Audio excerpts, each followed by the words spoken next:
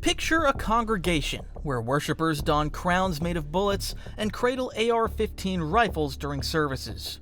A church that interprets the rod of iron from the book of Revelation as a modern-day assault weapon. This isn't a dystopian novel, it's the reality of Rod of Iron Ministries, a religious movement blending Christian nationalism with armed militancy. Founded by Hyungjae Sean Moon, the youngest son of Sun Myung Moon, who established the Unification Church in 1954, Rod of Iron Ministries emerged after a leadership dispute following Sun Myung Moon's death in 2012. I feel there's a sense of new beginning, of moving to a new stage, honoring Father Moon, moving forward with Mother Moon. Sean broke away, establishing the World Peace and Unification Sanctuary Church in 2013, later rebranded as Rod of Iron Ministries.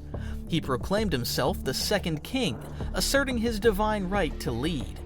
Central to the church's belief is the interpretation of the rod of iron, mentioned in Revelation 2:27 as the AR-15 rifle. Sean Moon teaches that this weapon symbolizes the authority to protect and govern in God's kingdom. In 2018, the church held a commitment ceremony where couples renewed their vows while holding unloaded AR-15s, wearing bullet crowns to signify their sovereignty. The event drew international attention and local concern, leading a nearby school to close for the day. Rod of Iron Ministries has aligned itself with far-right political figures and movements. The annual Rod of Iron Freedom Festival features speakers like Steve Bannon and Michael Flynn, promoting a blend of Christian nationalism and Second Amendment rights. The church's rhetoric often includes anti-LGBTQ sentiments and conspiracy theories, positioning itself as a bulwark against perceived moral decay and governmental overreach. Beyond its Pennsylvania base, Rod of Iron Ministries has acquired properties in Texas and Tennessee, establishing compounds for retreats and training.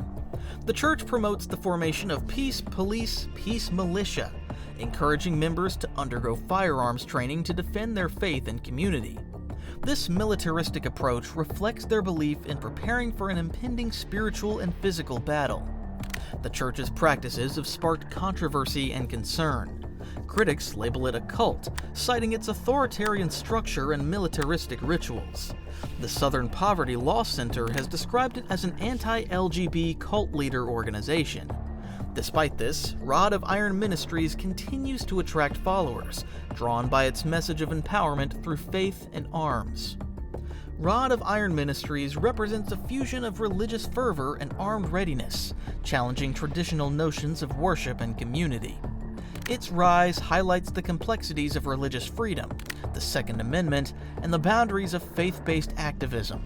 As it continues to grow in influence, society must grapple with the implications of such movements on public safety and social cohesion.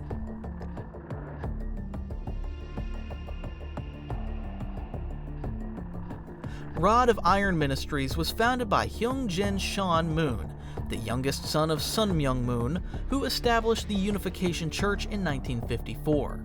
After Sun Myung Moon's death in 2012, a leadership dispute arose between Sean and his mother, Hak Jahan. Sean broke away, establishing the World Peace and Unification Sanctuary Church in 2013. Later rebranded as Rod of Iron Ministries, he proclaimed himself the second king, asserting his divine right to lead. Central to the church's belief is the interpretation of the rod of iron mentioned in Revelation 2:27 as the AR-15 rifle. Sean Moon teaches that this weapon symbolizes the authority to protect and govern in God's kingdom. In 2018, the church held a commitment ceremony where couples renewed their vows while holding unloaded AR-15s, wearing bullet crowns to signify their sovereignty. The event drew international attention and local concern, leading a nearby school to close for the day.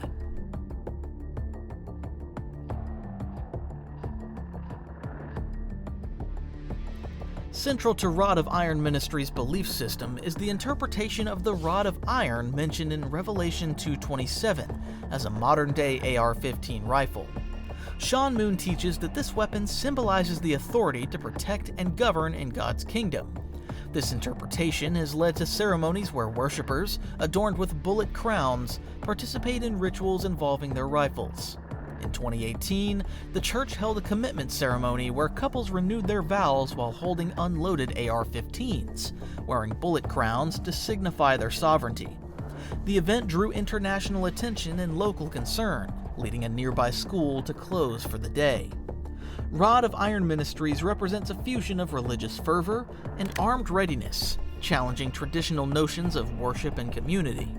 Its rise highlights the complexities of religious freedom, the Second Amendment, and the boundaries of faith-based activism.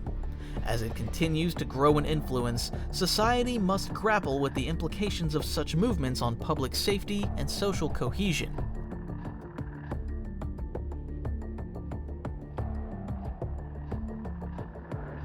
Rod of Iron Ministries has forged significant alliances with prominent far-right political figures, positioning itself as a nexus of religious fervor and political activism. Central to this strategy is the annual Rod of Iron Freedom Festival, held in Greeley, Pennsylvania. Billed as America's largest open-carry rally, the festival serves as a platform for the church to promote its interpretation of Christian nationalism, intertwined with Second Amendment advocacy. The festival features a roster of high-profile speakers, including former Trump administration officials such as Michael Flynn and Sebastian Gorka, as well as conservative media personalities like Dana Loesch. These events are not merely religious gatherings, but are designed to galvanize support for a political ideology that merges faith with a call to arms. Attendees are encouraged to openly carry firearms, participate in shooting competitions, and engage in discussions that often center around themes of governmental overreach and the perceived erosion of traditional American values.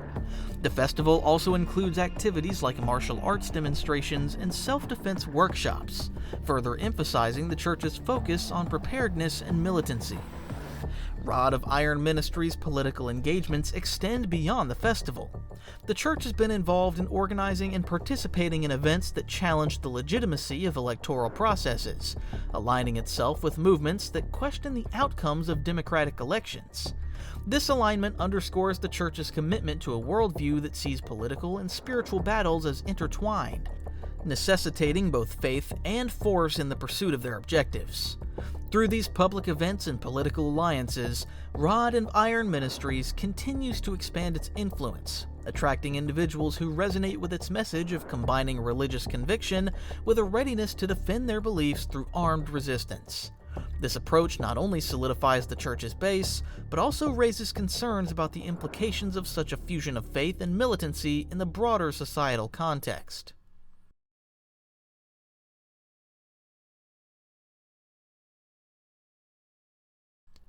Rod of Iron Ministries has expanded its presence beyond Pennsylvania, acquiring properties in Texas and Tennessee to establish compounds for retreats and training. In 2021, the church purchased a 130-acre property in Granger County, Tennessee, intending to recreate the Unification Church's spiritual retreat, Cheongpyeong, from South Korea. Sean Moon, the church's leader, expressed a spiritual download upon visiting the site, envisioning it as a place for ancestor liberation ceremonies and mass gatherings. The Tennessee property is part of a broader expansion strategy into conservative regions of the United States. Earlier that year, the church acquired a compound near Waco, Texas, known as Liberty Rock, described as a safe haven for patriots anticipating conflict with perceived enemies. Central to the church's activities is the Peace Police Peace Militia, a program that trains members in firearms handling, martial arts, and survival skills. These training sessions are conducted under the belief that members must be prepared to defend their faith and community against threats. The church's emphasis on armed readiness and its expansion into new territories reflect its commitment to a theology that intertwines spiritual beliefs with militant preparedness. This approach has raised concerns among observers about the potential implications for public safety and social cohesion.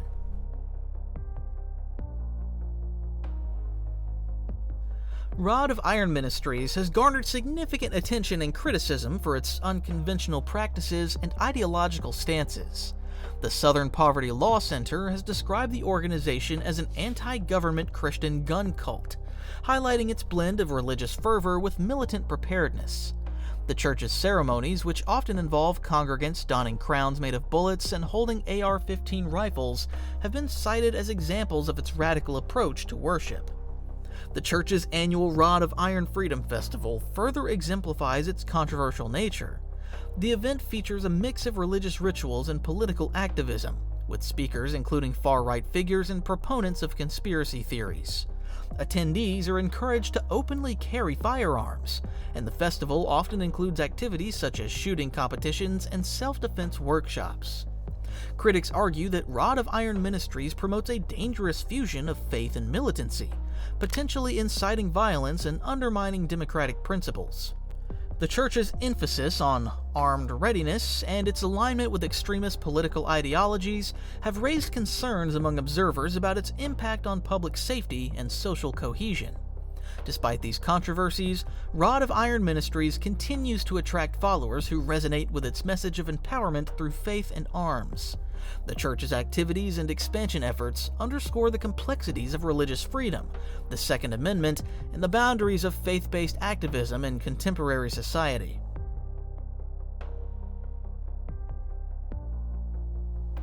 At the heart of Rod of Iron Ministries lies a vision that extends beyond religious ceremonies and political activism, a blueprint for the theocratic nation called Chan-il-guk, or the Kingdom of Heaven.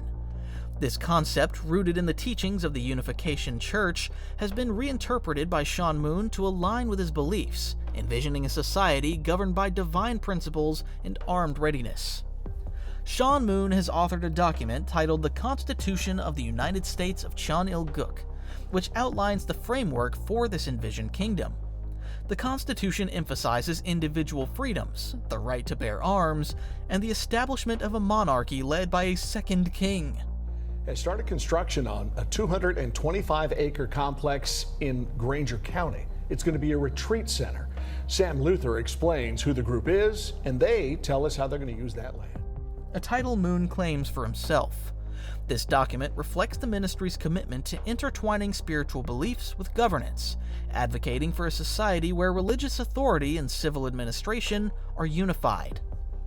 The acquisition of properties in Tennessee and Texas serves as a tangible step toward realizing this vision. These compounds are intended to function as training centers and retreats, preparing members for leadership roles within the anticipated kingdom. Activities at these sites include spiritual workshops, firearms training, and community-building exercises, all designed to cultivate a populace aligned with the principles of Chan-il-guk. Critics express concern over the establishment of such enclaves, viewing them as potential incubators for extremist ideologies and separatist movements. The combination of religious zeal, political militancy, and the pursuit of a theocratic state raises questions about the implications for democratic institutions and societal cohesion. Rod of Iron Ministries' pursuit of Chan-il-guk underscores the group's broader objectives: to create a society governed by their interpretation of divine law, supported by an armed and devout citizenry. As the ministry continues to expand its reach and solidify its infrastructure, the realization of this vision remains a focal point of its activities and rhetoric. Rod of Iron Ministries, under the leadership of Hyung Jin Sean Moon, embodies a complex amalgamation of religious fervor, political ideology, and armed preparedness. Emerging from a schism within the Unification Church, the ministry has redefined traditional worship by integrating firearms into its ceremonies, interpreting the Rod of Iron from the Book of Revelation as a modern-day AR-15 rifle. The ministry's activities extend beyond symbolic rituals. It has established compounds in Pennsylvania, Texas, and Tennessee, promoting the formation of the Peace Police Peace Militia, which encourages members to undergo firearms training to defend their faith and community. The annual Rod of Iron Freedom Festival further exemplifies its blend of religious devotion and political activism, featuring speakers aligned with far-right ideologies. Critics have raised concerns about the ministry's practices and beliefs. The Southern Poverty Law Center has described it as an anti-LGBT cult leader organization, citing its authoritarian structure and militaristic rituals. Despite this, Rod of Iron Ministries continues to attract followers, drawn by its message of empowerment through faith and arms. As Rod of Iron Ministries continues to grow in influence, it challenges traditional notions of worship and community. Its rise highlights the complexities of religious freedom, the Second Amendment, and the boundaries of faith-based activism. Society must grapple with the implications of such movements on public safety and social cohesion. In examining Rod of Iron Ministries, we are prompted to reflect on the broader questions it raises about the intersection of faith, politics, and firearms in contemporary America. The ministry's trajectory serves as a reminder of the potent combination of religious zeal and militant ideology, and the importance of vigilance in safeguarding democratic principles and societal harmony. If you found this story eye-opening, don't forget to like, subscribe, and hit the notification bell.